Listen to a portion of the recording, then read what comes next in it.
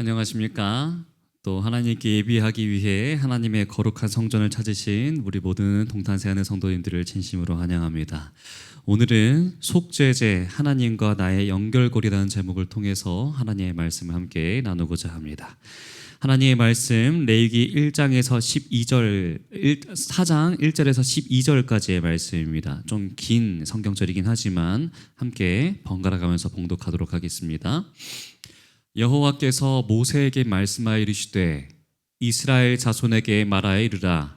누구든지 여호와의 계명 중 하나라도 그릇 범하였으되 만일 기름 부음을 받은 제사장이 범죄하여 백성의 허물이 되었으면 그가 범죄한 죄로 말미암아 흠없는 수송아지로 속죄 제물을 삼아 여호와께 드릴지니 그 수송아지를 회막문 여호와 앞으로 끌어다가 그 수송아지의 머리에 안수하고 그것을 여호와 앞에서 잡을 것이요 기름 부음을 받은 제사장은 그 수송아지의 피를 가지고 회막에 들어가서 그 제사장이 손가락에 그 피를 찍어 여호와 앞 곧 성소의 휘장 앞에 7번 뿌릴 것이며 제사장은 또 그 피를 여호와 앞 곧 회막 안 향단 뿔들에 바르고 그 송아지의 피 전부를 회막 문 앞 번제단 밑에 쏟을 것이며 또 그 속죄 제물이 된 수송아지의 모든 기름을 떼어낼지니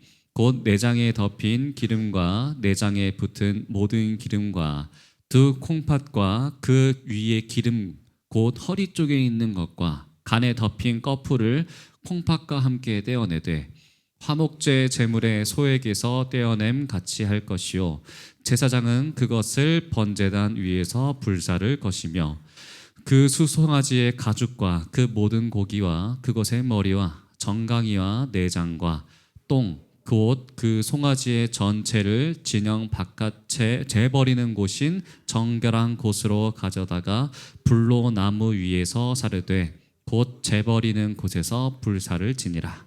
아멘. 우리는 계속해서 지금 레위기에 등장하는 제사들에 대해서 공부하고 있습니다.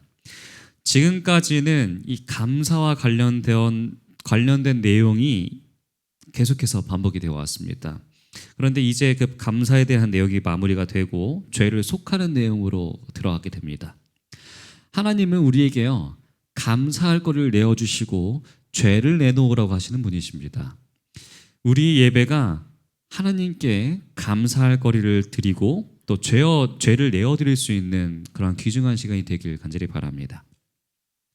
이스라엘 백성들은 끊임없이 부지 중에 지은 죄를 속죄하는 이 제사를 통해서 하나님께서 그들에게 지정하신 이 뜻에 대해서 알아가고 배워갔습니다.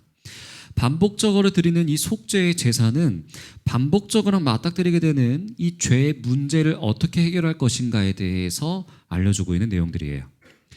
마찬가지로 오늘날 우리들의 삶은 어떠합니까? 또 우리들의 신앙은 어떠합니까?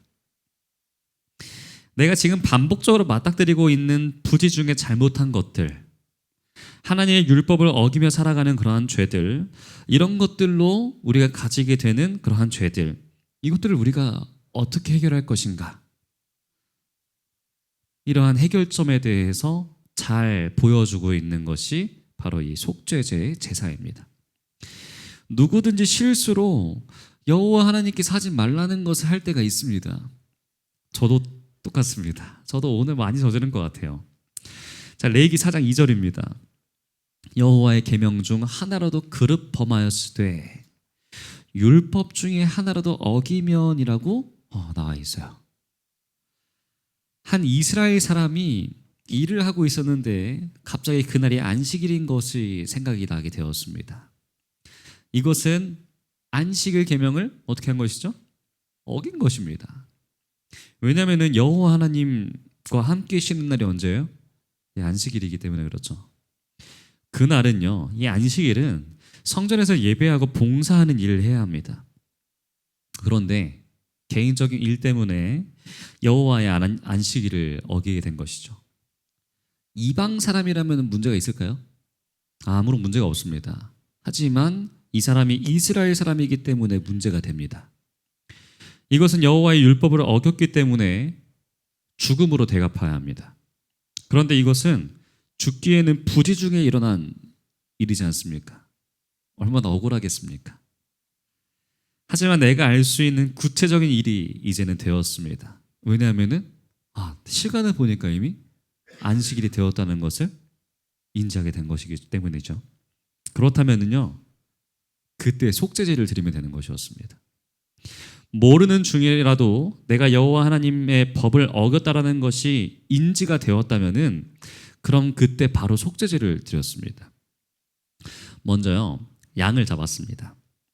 죄를 양의 이 머리에 전가하고 양은 목베임을 당하였습니다. 그리고 거기에서 콸콸 쏟아져 나오는 그 피를 제사장이 받았습니다.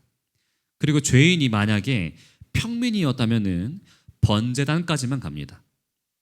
내 성전, 이 성전 안으로는 들어가지 않습니다. 번제단까지 가서 이 양쪽에 있는 뿔, 뒤쪽에 있는 뿔 네 곳에 전부 바르고 이 제단 앞에 전부 쏟아 버립니다. 그런데 만약에 이 죄를 저지른 이 사람이 평민이 아니라 제사장이거나 지도자라면은 오늘 읽었던 이 본문의 내용처럼 피 처리 방식이 달라집니다. 그것을 이 피를 가지고 내 성소, 성전 안으로 들어갑니다. 여호와의 앞이라고 할 수 있는 분향단으로 가져가서요, 7번 손으로 뿌립니다. 그리고 제사장이 그 피를 바른 다음에 여호와 앞에 쏟아 버립니다. 성경을 보면 휘장에 뿌린다고 되어 있지만 원래 번역이 맞다면은 휘장 앞, 곧 여호와 하나님께서 앞에 계신다고 생각할 수 있는 그 휘장 바로 앞에 쏟아 버립니다. 그런 다음에 번제를 드렸습니다. 그리고 번제하고 남은 모든 것들을 성소 밖이나 성 밖으로 가지고 나가서 장작 더미에 태우는 것으로 마무리를 했습니다. 그리고 만약에 제사장이나 지도자가 지은 죄라면은 이 번제를 드리면은 나오는 것이 무엇이 있었죠? 바로 고기가 있었습니다. 고기. 이 고기들을 이 제사장이나 지도자가 지은 죄였다면은 그 고기를 먹지 않았습니다. 그런데 만약에 이것이 평민이 지은 죄였다면은 그 고기는 제사장에게 급료를 주었습니다. 그리고 그것을 먹도록 하였습니다. 왜냐하면은 이 평민의 지은 죄는 제사장이 가지고 있는 영향력보다 적기 때문에 그렇습니다. 죄의 오염도가 제사장보다 더 옅어져 있다고 판단하기 때문에 그렇게 하는 것이죠. 우리가 여기에서 발견할 수 있는 첫 번째는요, 죄도 똑같은 죄가 아니라는 것입니다. 물론 여호와 하나님의 율법을 거절하는 것, 또 율법을 범하는 것, 이것은 모두 똑같은 죄입니다. 그런데 영향력이 다르다는 것이에요. 그 영향력에 대해서 이야기하는 것입니다. 내가 만일요, 그리스도인이라면은, 내가 학교와 회사에서 유일한 그리스도인이라면은 여호와의 율법을 어기는 것은 다른 말로 하면은 지도자로서의 죄를 짓는 것과 동일하다는 것이에요. 영향력이 그만큼 우리에게 있어서는 중요하다는 것입니다. 내가 만약에요, 이 교회에서 장로와 집사, 또 목사와 지도자로 사역하고 있는데 나도 모르는 순간에 여호와 하나님의 명령을 잊어버린다면은 그것은 영향력이 꽤 크다라는 것입니다. 그래서 그 고기는 먹지도 못하고 다 태워버려야 했습니다. 오늘 속죄제를 통해서 우리에게 가르쳐주고 있는 하나님의 말씀은 우리가 가지고 있는 이 영향력에 대해서 생각하라는 것입니다. 여기에 앉아 계신 분들 모두에게 영향력이 다 있습니다. 그런데 그 영향력이 다 다릅니다. 우리 어르신들이 가지고 계시는 영향력이 있을 거고요. 또 50대, 또 40대, 30대가 가지고 있는 영향력들이 있을 것입니다. 또 목사님과 제가 갖고 있는 영향력이 있을 거고요. 또 어린이들이 갖고 있는 영향력이 있을 것입니다. 다 어떠하죠? 같은 영향력인가요? 많이 다릅니다. 그거를 요즘에 쉬운 말로 표현한다면요, 리더십입니다. 그 영향력은 다름이 아닙니다. 우리가 가지고 있는 삶에서 드러나는 것들입니다. 우리가 가지고 있는 삶에서 나오는 작은 행동들과 말 한마디가 다 우리의 신앙과 우리의 믿음에 있어서 영향력이 된다는 것이에요. 그런데 의외로 우리가 가지고 있는 이 영향력을 우리는 가벼이 여기는 그러한 경향들이 있습니다. 하지만 하나님은 그것을 가벼이 여기지 않으신다고 이 레위기를 통해서 우리에게 이야기하고 계십니다. 오늘 이 시간 하나님께 예배하기 위해 또 기도하기 위해 이 자리에 나오셨습니다. 우리의 회개의 첫 번째 제목이 되어야 할 것은 여호와 하나님 앞에 나는 어떠한 사람으로 살아가고 있는가? 바로 이 질문입니다. 스스로에게 질문해 보시는 것입니다. 안식일 이외에 직장에서 또 가정에서 나는 어떠한 영향력을 발휘했는가? 더 직접적으로 말한다면요, 여호와 하나님의 율법을 수호하는 사람이었는가? 아니면은 여호와의 하나님 앞에 율법 앞에 무너지는 사람이었는가? 이것은 우리에게 있어서 굉장히 중요한 질문이 될 것입니다. 이것은 마치 교통법규를 어긴 것과 똑같았습니다. 제가 운전을 하면서요, 딱 한 번 이 범칙금을 낸 적이 한 번 있습니다. 제가 잘못한 것도 맞긴 하죠. 근데 너무나 억울했습니다. 무엇이었냐면은 이 버스 전용 차로의 버스 전용 차선 침범이었습니다. 신학생 시절 때요, 친구들과 함께 시험이 끝나고 이 뒤풀이를 해가지고 맛있는 걸 먹으려고 밖으로 나갔습니다. 그런데 학교에서 먼 곳까지 갔기 때문에 제가 운전을 해서 가면 좋을 것 같아가지고 차를 어떻게 구하면 좋을까 고민을 했어요. 그런데 신학생들이니까 뭔 돈이 있겠습니까? 차를 빌리려고 했는데 생각해보니까 너무 비싼 거예요. 그런데 차를 구할 수 있는 사람이 그 중에서 저였습니다. 왜냐하면 다른 친구들은 다 기숙사에 살고 있었고 저는 이제 부모님과 함께 살았기 때문에 이 부모님의 차를 또 쓸 수가 있었기 때문에 그렇죠. 그래서 결국 제가 운전을 하게 되었습니다. 저녁을 먹고 돌아오는 길에 이 화랑대 삼거리라는 그 길에서 친구 한 명을 내려줘야 하는 상황이었습니다. 그런데 이 서울에서 정말 악명 높은 이 버스 전용 차로의 범칙금을 내고 있는 2위를 다투고 있는 곳이 바로 이 화랑대 삼거리였습니다. 한 곳은 잠실이었고요. 그리고 한 곳은 이 화랑대였던 것이죠. 제가 이 삼거리에 들어가기 전에 보이시는 것처럼 버스 전용 차선 이 무인 단속기가 하나가 있습니다. 그런데 정말 애매하게 그 자리에 있어요. 원래는 또 오후 8시부터 이 전용 차선이 풀리게 되는데 저는 이때를 7시로 착각하고 있었습니다. 그런데 시간을 보니까요 7시 50분인 거예요. 룰루랄라 하고 바로 들어가 버렸죠. 그랬는데 아주 자신 있게 버스 차선을 끌고 차를 끌고 들어갔는데 결과는 뻔했습니다. 바로 우편으로 5만 원 딱지가 날라왔습니다. 마음이 너무나 아팠습니다. 속죄제도 똑같습니다. 내가 알든 알지 못했든 죄라고 하는 것이 인지가 되었다면은 여호와 하나님 앞에 드리는 것입니다. 그 죄에 대한 종류는 다음과 같았습니다. 첫 번째입니다. 도덕적인 죄입니다. 도덕적인 죄란 한마디로 관계라고 생각하시면 됩니다. 여호와 하나님과 나, 그리고 사람과 사람, 나와 이 사람 사이에 있는 이야기, 그 안에서 하나님께서 명령하신 613가지의 계명 중에서 그것을 추각한 10계명을 어겼다면은 이것을 이 속죄제를 드려야 하는 것이었습니다. 간단하게 말씀드리지만 출애굽기에서부터 민수기까지 613개의 계명들이 쭉 이어지게 됩니다. 그런데 613개의 율법 중에서 248개는 긍정적인 것이고 나머지 365가지는 부정적인 것들입니다.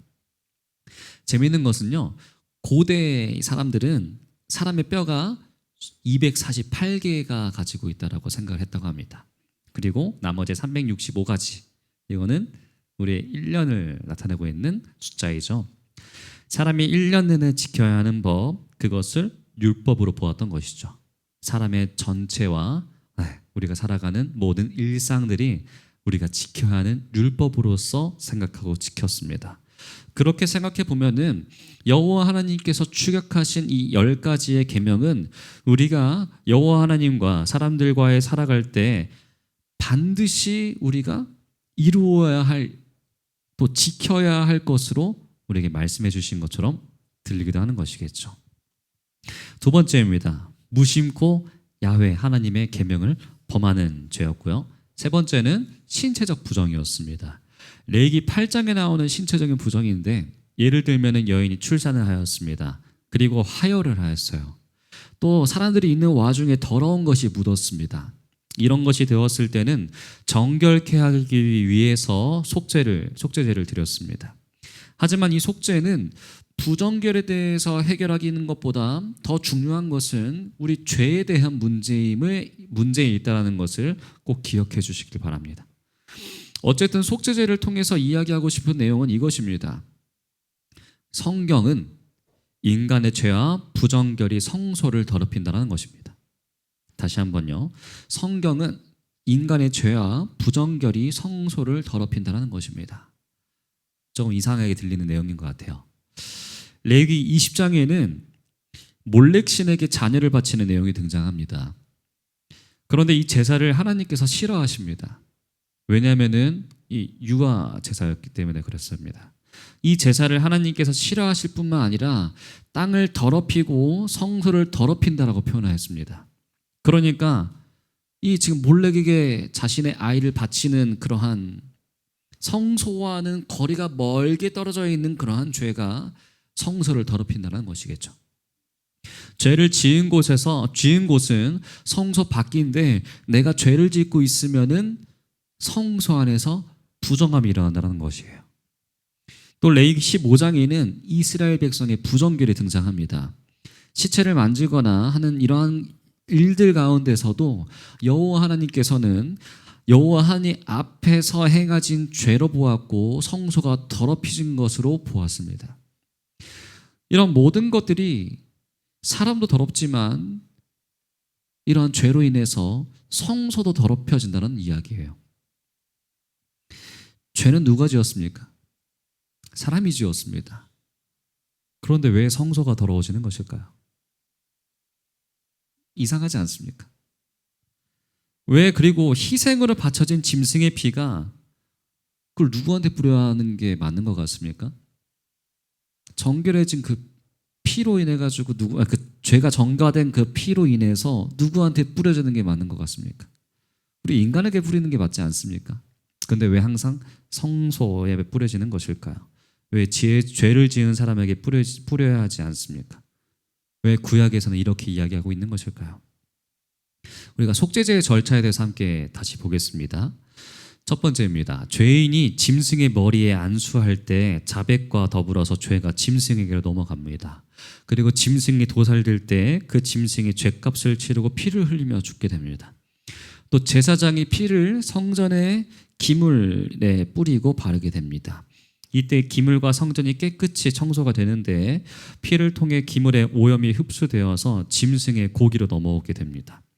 속죄제의 짐승의 고기에는 제사자의 죄와 성전의 오염이 옮겨져 있고요. 오염되어 있는 짐승의 고기를 태우거나 제사장이 먹어서 처리하였습니다. 그리고 오염이 심한 고기는 짐 밖에 버리는 곳에서 태워서 없앴습니다. 오염이 경미한 고기는 먹을만 했기 때문에 하나님이 먹도록 조치하셨습니다. 최종적으로는 속죄가 성취되고 죄사함이 선언되었습니다. 이것을요, 하나의 도표를 보신다면요, 이런 식으로 되게 됩니다.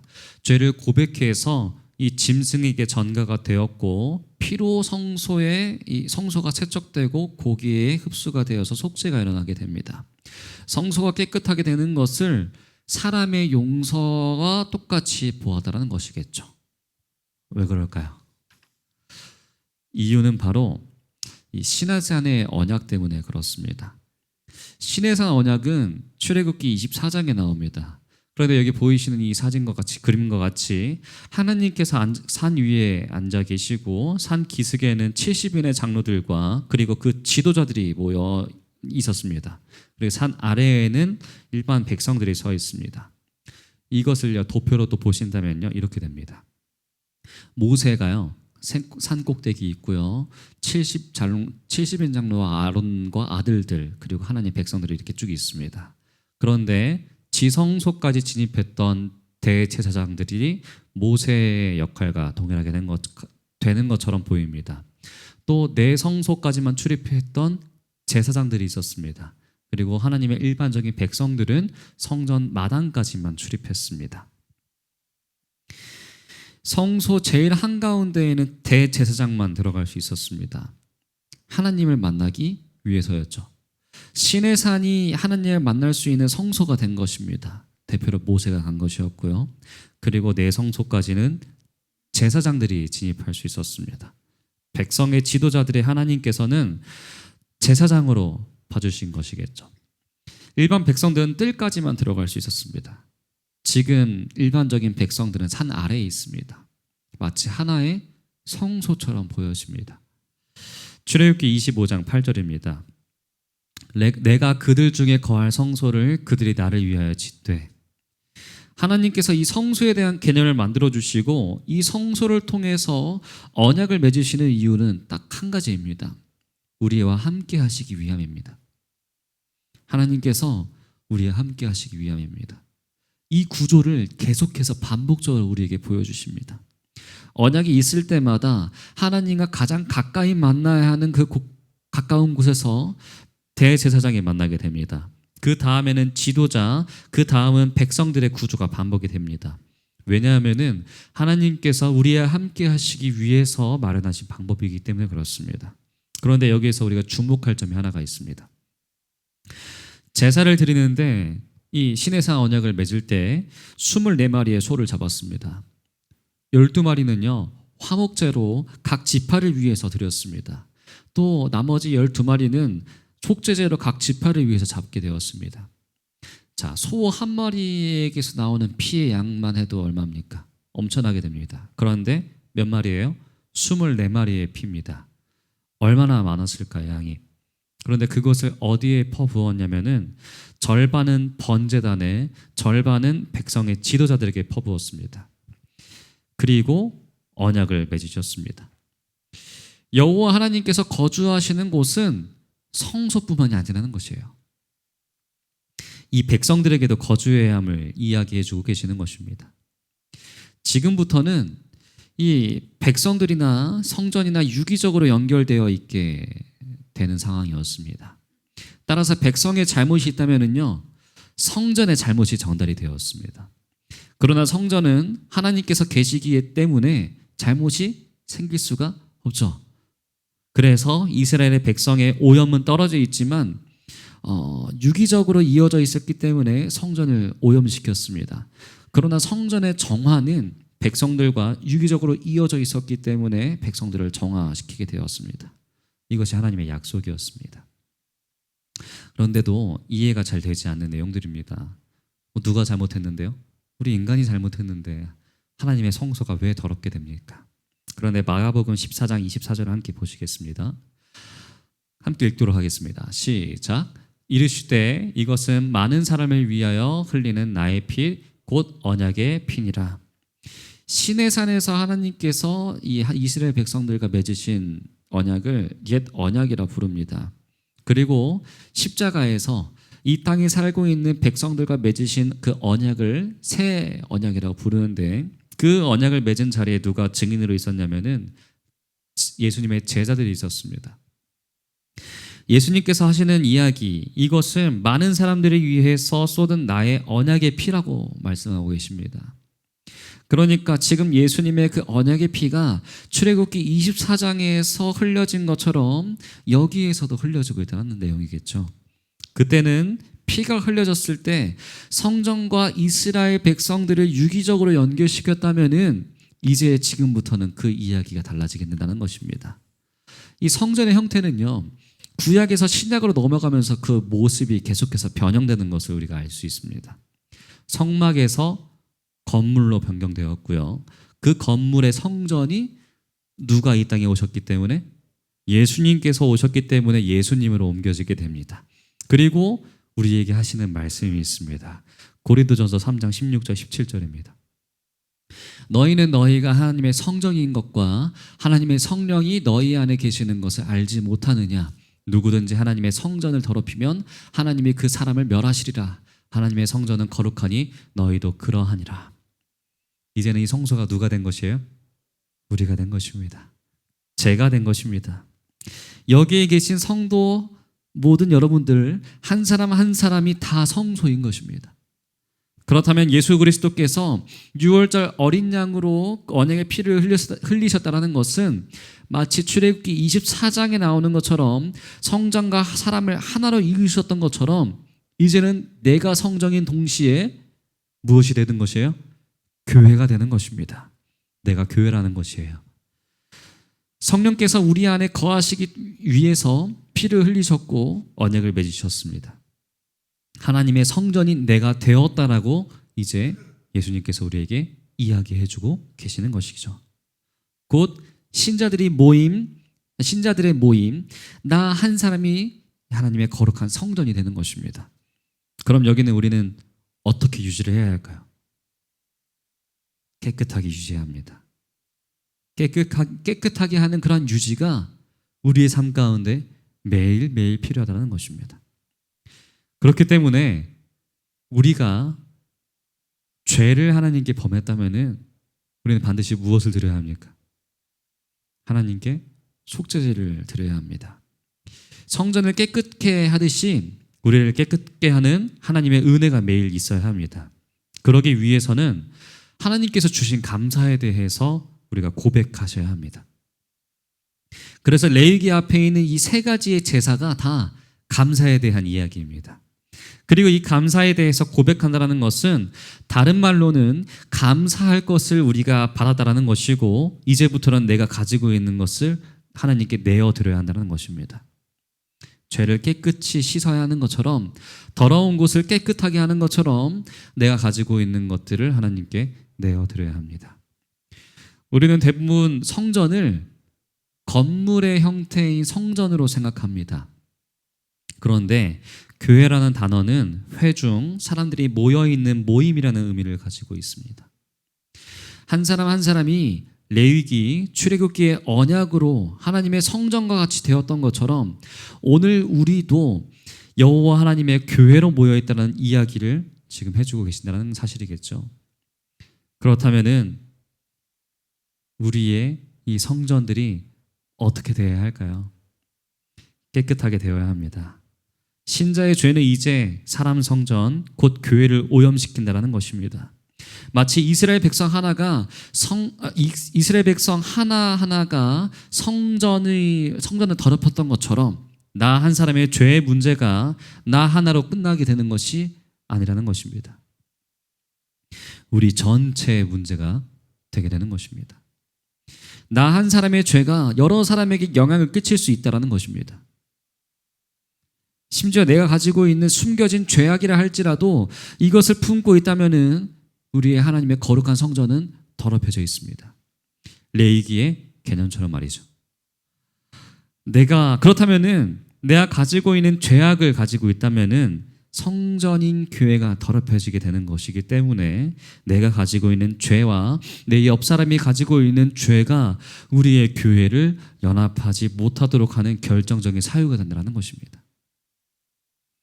얼마나 무섭고 또 두려운 그러한 이야기이지 않습니까? 따라서 나의 죄가 주님의 몸된 교회를 더럽힌다는 사실을 깨닫고 죄와 회개에 대한 새로운 생각을 가지셔야 합니다. 나의 문제는 나 한 사람만의 문제가 아닙니다. 우리 모두의 문제가 됩니다. 속죄제는 지금 이것을 우리에게 알려주고 있습니다. 고린도후서 6장 16절 18절입니다. 우리는 살아계신 하나님의 성전이라 이와 같이 하나님께서 이르시되 내가 그들 가운데 거하며 두루 행하여 나는 그들의 하나님이 되고 그들은 나의 백성이 되리라. 그러므로 너희는 그들 중에서 나와서 따로 있고 부정한 것을 만지지 말라.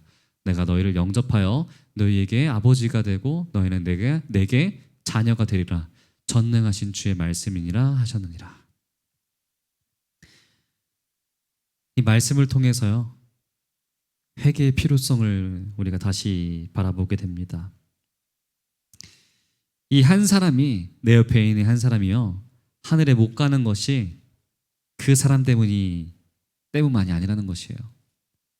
나 때문에 그럴 수 있다는 것입니다. 탓을 하자는 것은 아닙니다. 모두가 하나님의 성전으로 우리가 세워 있다는 겁니다.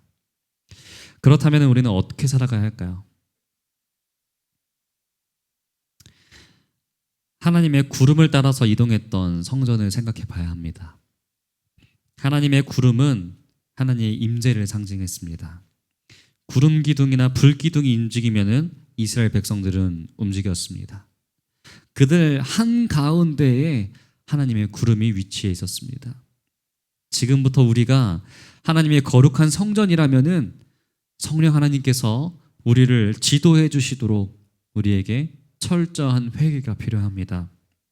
오늘 말씀은 너의 문제가 내 문제라는 것을 깨우치게 해줍니다. 교회가 정말 교회다워지려면은 너의 문제가 내 문제가 되도록 기도하는 자리가 필요합니다. 그리고 내 문제가 해결되어야 내 옆 사람이 행복해질 수 있게 됩니다. 그래서 우리는 함께 신앙하고 있는 것입니다. 우리 사랑하는 동탄세하는 성도 여러분, 죄를 덮어두지 말고 청소하시게 되길 간절히 바랍니다. 오늘 이 자리에서 기도하시는 제목들이 나와 관련된 것으로 그치지 않게 되길 간절히 바랍니다. 우리와 관련되기까지 넘어가셔야 합니다. 우리 안에 정말 사랑이 있습니까? 우리 안에 여전히 미워하는 사람이 있습니까? 우리 안에서 이 사람은 배제하고 싶은 마음이 있습니까? 내어놓아야 합니다. 레위기의 제사는 예배에서 사람의 마음에 여호와 하나님과 일치하도록 회복시키는 일이 있었습니다. 한 번으로 끝나는 제사가 아니었습니다. 반복하고 반복하고 반복하는 제사였습니다. 하나님 앞에 죄를 앓을 때 반복해서 너의 문제가 내 문제가 될 때 우리는 그리스도인으로 살아갈 수 있습니다. 올 2024년을 마무리하는 이 시간 가운데 우리가 저질렀던 한 해 죄를 되돌아보시면서 그 죄를 내어놓지 못한 것이 있다면 이 시간 하나님께 내어놓는 귀중한 시간 되길 간절히 바랍니다. 나의 문제만을 해결하는 그러한 기도가 아니라요, 또 그러한 신앙이 아니라 나뿐만 아니라 함께 하고 있는 내 옆에 있는 친구들, 성도님들의 죄를 위해서까지 함께 기도하는 우리 모두가 되길 간절히 바랍니다.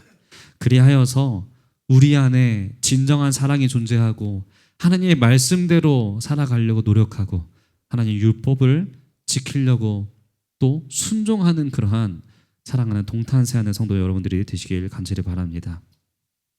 나의 문제, 너의 문제를 더 이상 덮어두지 말고 청소하는 그런 귀한 결심이 오늘 우리에게 있게 되는 이 시간 되길 간절히 바라면서 오늘 말씀 마치도록 하겠습니다.